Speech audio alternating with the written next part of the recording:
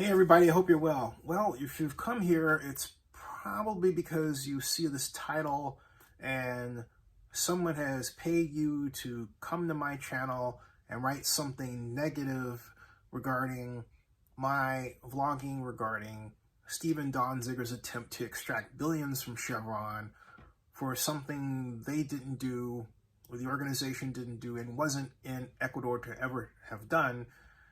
And even when Texaco was there, didn't wind up doing. And that is polluting the Ecuadorian Amazon. So Stephen Donziger's fighting a contempt of court case, and the verdict may come out not in his favor once again. That's another story. But somewhere in there, in this Save Donziger effort, some people decided, oh, we're going to make comments on Zinni's platform. Okay. It occurred to me after ignoring all this that people don't understand today the kind of injustice that was done to Amazon dwellers, the indigenous people there, and continues to be done today, in large part because of Donziger's efforts, and now because of his intent on making the story all about him yet again. Let's take you way back to the 60s, when an organization named TexPet, a consortium putting together Texaco, then a large and very powerful oil company, with PET, or Petroecuador, which is a state-run oil company of Ecuador. And the idea was what's called import replacing in international economics lingo. Import replacing is where the country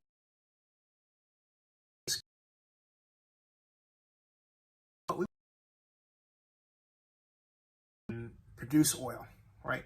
And so Texaco comes in and says, we'll show you how to do that. And, meanwhile, we can get oil and extract oil from your land and sell it, around the world. That was the idea. Well, that was the idea in 1967. But by 1992, when the consortium ended, really the consortium had ended in 89, 90% of the consortium's oil reserves were owned not by TexPet, not by Texaco, but by Ecuador. That's right, they had gained the foothold. Why? Because there is a powerful tinge of racism here that you really can't tell this story without considering. In this case, it's anti-white racism. In this case, the white folks are referred to as gringos. And there's this idea in South and Central America that they can take from the gringo because the gringo has money. Well, into that way of thinking came a gringo, Stephen Donziger. And he thought, hey, I can make billions. And he did say he expected to be a billionaire at one point from his lawsuit efforts by suing the newly into the Ecuador business Chevron, coming up with the idea that, hey, Chevron bought Texaco, and then Donziger says that Texaco didn't do its environmental cleanup. Texaco, bought by Chevron in 2005, said, hey, wait a minute, we did our environmental cleanup. We spent $48 million. So while all this was going on, Petroecuador was not maintaining the oil reserves it got from Texaco through TexPet. And that practice continued and continues to this day. Yeah, that was 1992. And there was a contract form and then issued regarding cleanup, which was said to have been done in 98. This is 2021. Petroecuador over that time has so poorly maintained the oil reserves there and so badly polluted the land that a number of publications have reported that between the year 2000, the turn of the century, and 2008, there were 1,415 oil spills. Did you hear what I said? 1,415 oil spills. Yet between 2000 and 2008 came Donziger, who started his lawsuit in 1993, but gained a foothold because in 2006, Ecuador elected a leftist president, Rafael Correa. Donziger partnered up and buddied him and gained an ally.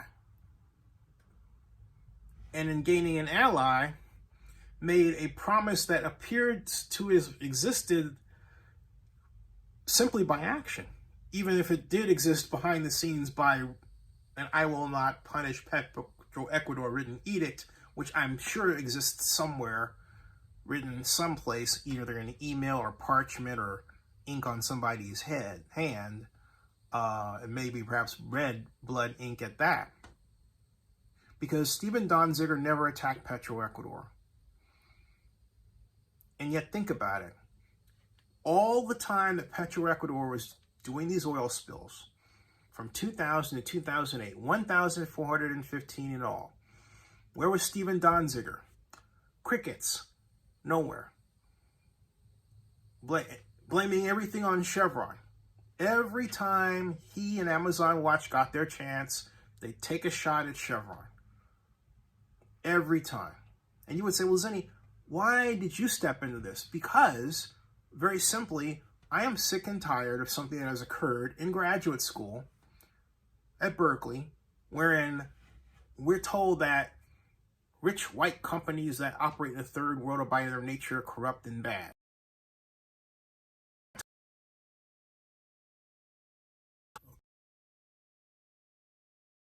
By the classic student who happens to be white, who has this idea that they know and you don't, okay?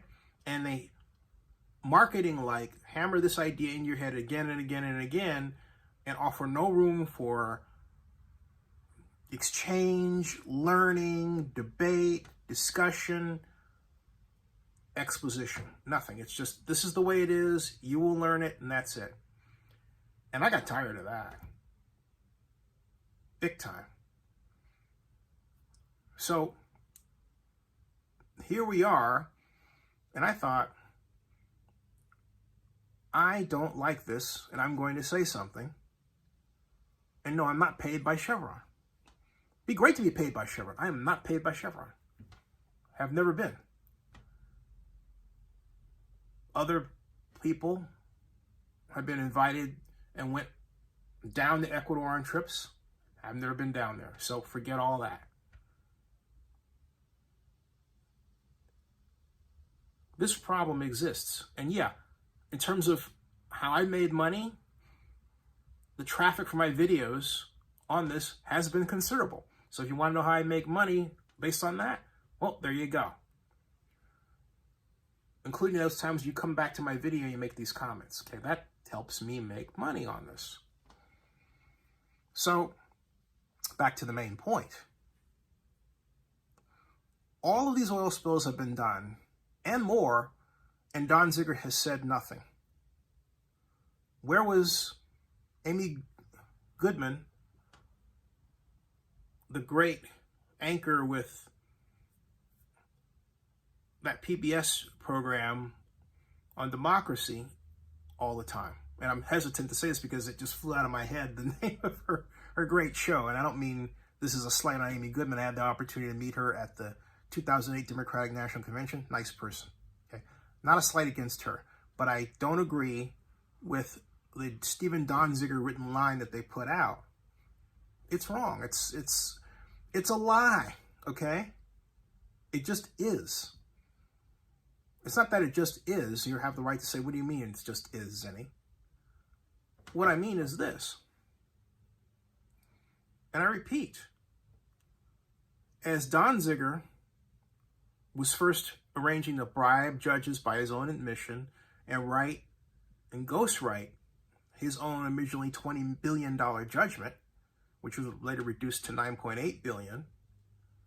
While all that was going on, all that finger pointing at Chevron, Petroecuador was spilling oil into the Ecuadorian Amazon at a rate of 177 oil spills a year.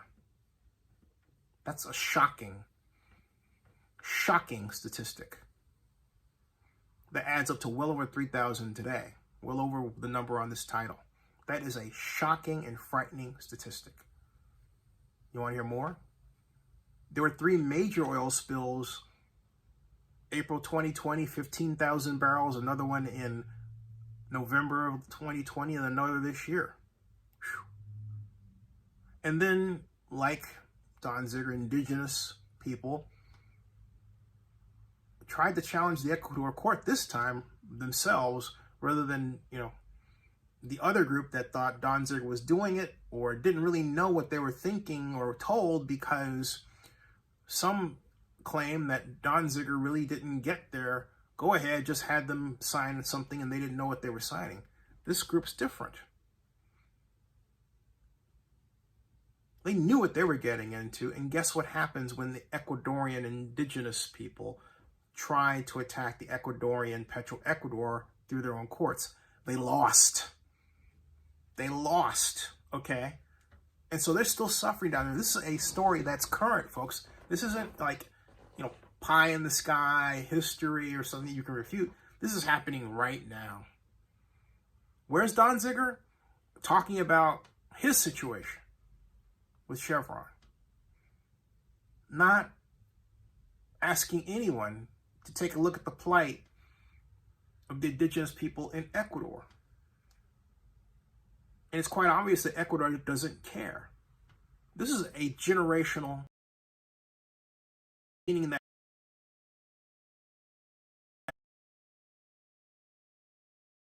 culture. But it has to change. How? I don't honestly know. But the one statistic we don't hear about in all this is a number of people who are living down there that have been killed because of the conditions there.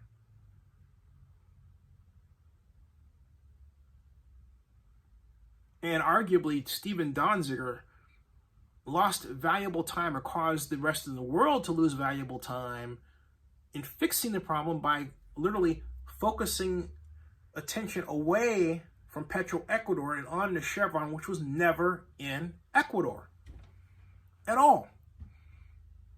It doesn't matter what you make up.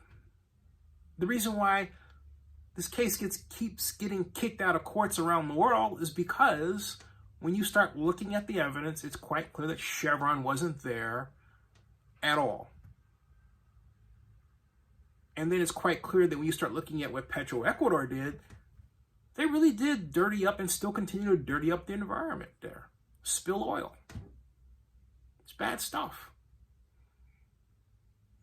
And I'm not, an anti-oil guy or anti-fossil fuel guy. I am pro the application of technology to reduce fossil fuel emissions to zero. But I will tell you this as a momentary aside. We're not going to get climate change under control until we get population control, growth under control. That's the dirty fact there. But that's another vlog. Back to this one. Make no mistake about it, okay? Make no mistake about it. But that the citizens of Ecuador need a champion, and they need the international community to come together to help them, and they need to get off this drug of focusing on Chevron. And it is a drug. I think we've made some progress. I happened to see an Amazon Watch post not too long ago that criticized Petroecuador, and guess what, folks? It never mentioned Chevron. I about fell out of my chair. That points to a clear sea change for Amazon Watch. Don't know much about the leadership of late, but to me it's quite obvious that they woke up and smelled the coffee and realized, first of all, that they were led down a primrose path by Stephen Donziger, pointing at Chevron again and again and again, and trying to engineer billions for himself. If Stephen Donziger cared about the indigenous people of Ecuador, he would have continued his advocacy for their plight beyond Chevron. It's quite clear he has not done that. Subscribe to Zenny62 and bookmark OaklandNewsNow.com.